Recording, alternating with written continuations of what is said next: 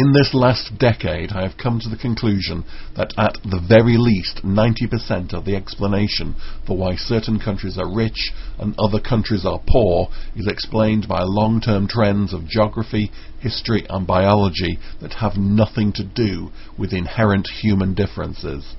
I believe there is enough explanatory power in geography and long history without needing to rely on any differences between races, tribes, clines or whatever other term gives you fewest palpitations.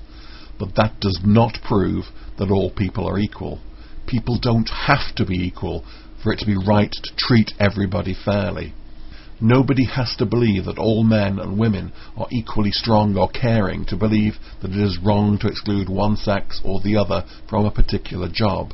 It is not necessary to believe that races have to be equal as an article of faith. Please, do all the research you want. You will not find any sound reasons to discriminate against people on the basis of race for one very simple reason. Equality of opportunity is an ethical stance, not a rational response to the latest data. There is no data that would frighten me, unlike those who maintain that races can't exist and everybody just has to be equal and only a racist would even want to check. They are the people who are afraid of research because of the possibility of truth not being quite as convenient as they would like. They can't handle the truth. I can, whatever it may be. For me, race is a non-issue.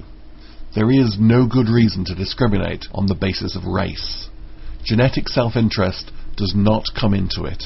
We can construct a genetic explanation for why a person should allow favoritism towards a brother or a cousin. But such selfish gene theories run into diminishing returns long before we get to second cousins once removed and the bloke who lives in the next village who may share 3 great-great-great-grandparents with us. People in our race are, genetically speaking, rivals, not allies. Fighting for your race makes no more sense than fighting for the interests of people with the same star sign or shoe size. However, there is a good reason to defend your culture, especially when that comes to defending the values that you share. We do now have something that we can call, for want of a more accurate term, Western society. The culture of Europe and North America, plus a few other countries such as Japan, Australia and Israel. It is not an entirely uniform culture, which is a good thing. It is good to have differences. But it does have some core values. We value freedom, both economic and social. We don't want to be told what to do and what to think all the time by anybody, whether that is the state, corporations, or the oppressive forces of society, convention and public opinion. We welcome pluralism. We like to be able to choose to listen to different voices. If somebody or everybody insists or expects that you behave a particular way, then you are not free. We are more civilized than the Muslims. There, I have said it, and I will make no apology for it. We are more civilized than those who follow the teachings of a 6th century warlord. It would be difficult to imagine how we could fail to be. We have more knowledge of the world to base our laws and customs on. To be fair, Islam in its day was quite civilized in many respects. The way that Muslims kill animals was quite good by the standards of the 6th century, using as sharp a knife as possible and cutting the throat in a single positive slash. It has much to recommend it. It is better than the practice of many third world meat markets today, but it does not compare well to the way we kill our animals in the West today. Our standards are better. We care more about the things which really matter, stunning for the animal to prevent suffering. We don't bother with the nonsense of saying a prayer for the animal, as if that would lessen the animal's feeling of alarm, panic or outrage. We are more civilized in the way we treat women. It is entirely outrageous to expect women to cover themselves up entirely in shapeless clothes, and it is an insult to men to suggest that this is the only way to prevent rape. Well, personally, I don't feel comfortable with women walking around half naked.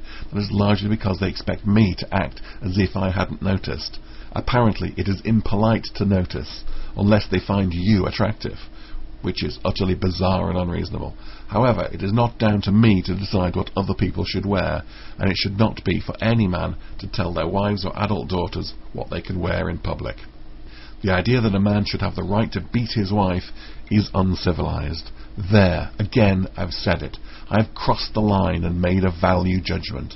Do you think the imam at the local mosque worries about making value judgments of people following another culture? He's entitled to his opinion and to express it, and I'm entitled to mine, and I will express it. And if you try to silence me, I will restate it, again and again, louder and louder. This is not hate speech or racism. I am not a racist. I have nothing against black or brown people, and I have no problem with them living in my country if they want to be part of my culture. I do have a problem with the primitive and uncivilized values of Islam being introduced into public life in my country. I also